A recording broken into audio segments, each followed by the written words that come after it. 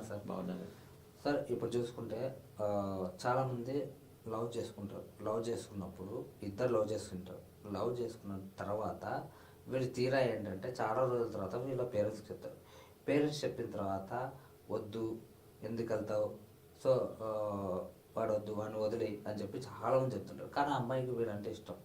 So అలాంటప్పుడు ఈ parents అసలు వద్దని చెప్పి చెప్తుంటారు. వద్దు, వెళ్ళొద్దు, అసలు అవసరం లేదు మనకి లవ్, ఇది అది అని చెప్పి అవసరం లేదని చెప్పి చెప్తూ ఉంటారు. కానీ సైకాలజిస్ట్ పరంగా సైకాలజీ అనేది ఏ విధంగా మార్గం చూపిస్తుంది దీంట్లో? డెఫినెట్ ఇటువంటి మా దగ్గర చాలామంది వస్తుంటారండి. పిల్లలు అమ్మాయి కానీ అబ్బాయి కానీ వేరే వాళ్ళని ప్రేమించి ఒక 2-3 years తర్వాత ఇక అప్పుడు చెప్తారనమాట, I want to marry this boy, నేను ఈ అబ్బాయిని పెళ్లి చేసుకుంటాను కానీ లేకపోతే ఈ అమ్మాయిని పెళ్లి వాళ్ళు అనౌన్స్మెంట్ ఇస్తారండి. అప్పుడు పేరెంట్స్ అడుగుతారు, ఎవరు అబ్బాయి ఏంటి లేకపోతే ఆ అమ్మాయి ఏంటి అని అడుగుతారు. అడిగి డీటెయిల్స్ వాళ్ళకి నచ్చలేదు అనుకోండి, కుదరదని, ఈ పెళ్లి చేసుకోవడానికి వీల్లేదని వాళ్ళు గట్టిగా చెప్తారండి. ఈ అమ్మాయిని కాదు నేను ఈ అబ్బాయిని చేసుకోవాలని చెప్పేసి గట్టిగా ఉంటుందండి. ఇక్కడ కాన్ఫ్లిక్ట్, గొడవలు మొదలవుతుంటాయండి. దీనివల్ల ఏమవుతుందంటే ప్రాబ్లం రోజు రోజుకి పెరిగిపోతూ ఉంటుంది. కొన్ని సందర్భాల్లో ఇటుపక్క అమ్మాయి కానీ అబ్బాయి కానీ సూసైడ్ చేసుకునే అవకాశాలు కూడా మనం చూస్తున్నాం. ఎందుకంటే వీళ్ళు చేసుకోవడానికి వీళ్ళేదని మండి పట్టుపడుతుంటారు. తర్వాత ఇక్కడ ఇంకోటి కూడా పేరెంట్స్ తెలుసుకోవాల్సింది ఏంటంటే, ఎప్పుడైతే ఈ అమ్మాయి ఒక అబ్బాయిని 2-3 years లవ్ చేశానని చెప్పిందో, ఇప్పుడు మరి ఆ అబ్బాయి గురించిన ప్యాటర్న్స్ అన్నీ లోపల చేరుంటాయి కదండి. ఇప్పుడు ఎక్కడెక్కడ సినిమాలకు వెళ్ళింది, ఎక్కడెక్కడ తిరిగింది, ఇవన్నీ లోపల స్టోరీ అయి ఉంటాయి కదా.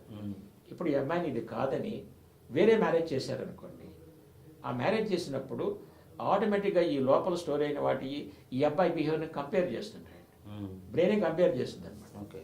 కంపేర్ చేసి అతనే చాలా బాగున్నాడు కదా, నేను ఎప్పుడు రమ్మంటే అప్పుడు హోటల్కి వచ్చేవాడు, ఎప్పుడు రమ్మంటే అప్పుడు సినిమాకి వచ్చేవాడు, మా హస్బెండ్ ఏంటి పెళ్ళైన తర్వాత ఈయన 1 week దాకా ఆఫీస్లో బిజీగా ఉన్నా అంటాడు, సినిమాకి అన్నట్టు నాకు ఫోన్ చేయడు అని ఆ కంపారిజన్లోకి వెళ్ళి మైండ్ డైవర్ట్ అయిపోతుందండి.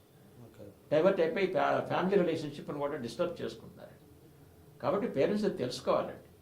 తెలుసుకొని అసలు వాళ్ళ మధ్య రిలేషన్షిప్ ఎలా ఎస్టాబ్లిష్ అయింది, అక్కడ ఉన్న ఇష్యూస్ ఏంటి, ఏమైనా చిన్నవి అంటే కరెక్షన్ చేసుకోవచ్చండి.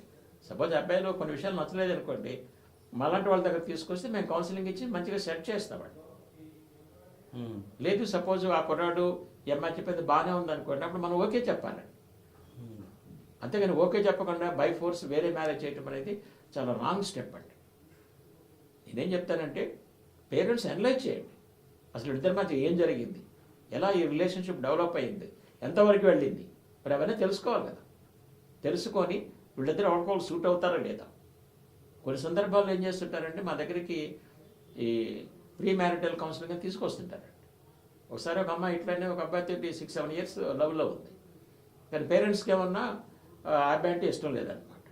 అది అంతవరకు వచ్చాడంటే, నువ్వు కనుక ఈ అబ్బాయిని చేసుకుని నేను చచ్చిపోతావు అన్నట్టు అంత లెవెల్కి వచ్చాడు. చివరి నా దగ్గర తీసుకొచ్చి మీరు ఎట్లయినా మా అమ్మాయి మైండ్ మార్చాలండి అది ఇది అన్నారు. అప్పుడు నేను చెప్పాను, మేము అట్లా మైండ్లు మార్చమండి. ఓకే, ఈ అమ్మాయికి అసలు లవ్ అంటే ఏంది, అట్రాక్షన్ అంటే ఏంది, ఒక పెళ్ళి అంటే ఏంది, అసలు అబ్బాయిని ఎలా సెలెక్ట్ చేసుకోవాలి లేదా అమ్మాయిని ఎలా సెలెక్ట్ చేసుకోవాలి, ఈ నాలెడ్జ్ మొత్తం నేర్పుతాం. నేర్పిన తర్వాత ఆమె డెసిషన్ తీసుకునేవాడు.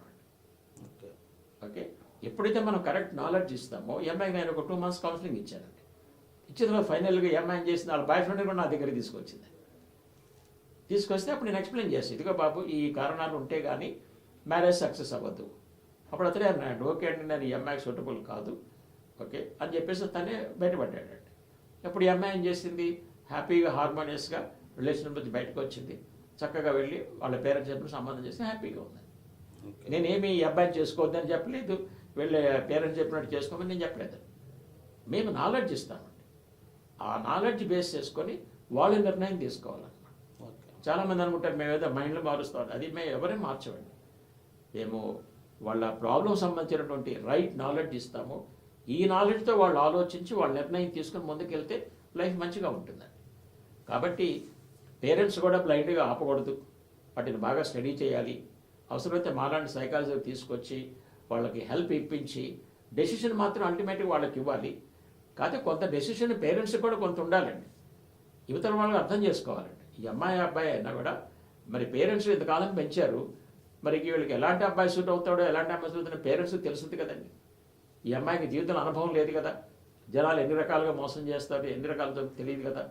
కాబట్టి నేనేం చెప్తానంటే మీరు అది లవ్ మ్యారేజ్ అయినా అరేంజ్డ్ మ్యారేజ్ అయినా ఈ మ్యారేజ్ డెసిషన్లో పేరెంట్స్ కూడా 50% డెసిషన్ ఇవ్వండి. పేరెంట్స్ కాదన్నప్పుడు మీరు కానీ ముందుకు వెళ్ళారంటే అనవసరమైన చాలా ప్రాబ్లమ్స్లో పడతారండి. పేరెంట్స్ని ఒప్పించండి. ఆ అబ్బాయిలో ప్లస్ పాయింట్స్ ఏంటి, మైనస్ పాయింట్స్ ఏంటి, అమ్మాయిలో ప్లస్ పాయింట్ మైనస్ పాయింట్ చెప్పేసి వాళ్ళకి ఒప్పించి చేసుకోండి. అప్పుడేమవుతుంది, అన్ని విధాల కోఆపరేషన్ ఉంటుందండి. ఈ ఒప్పించకుండా కనుక బై ఫోర్స్ కొంతమంది లేచిపోయి పెళ్లి చేసుకోవడం రకరకాలు చేస్తుంటారండి. అవన్నీ సక్సెస్ అవ్వవండి చాలా వరకు కూడా. కాబట్టి ఈ విషయాన్ని గ్రహించుకొని ఇటు పేరెంట్స్ యూత్ కూడా ఆలోచించి నిర్ణయాలు తీసుకోవాలండి. అప్పుడు ప్రాబ్లమ్స్లో పడకుండా ఉండొచ్చు. రైట్, చాలా చక్కగా వివరించారు sir. Thank you so much. Okay, thank you.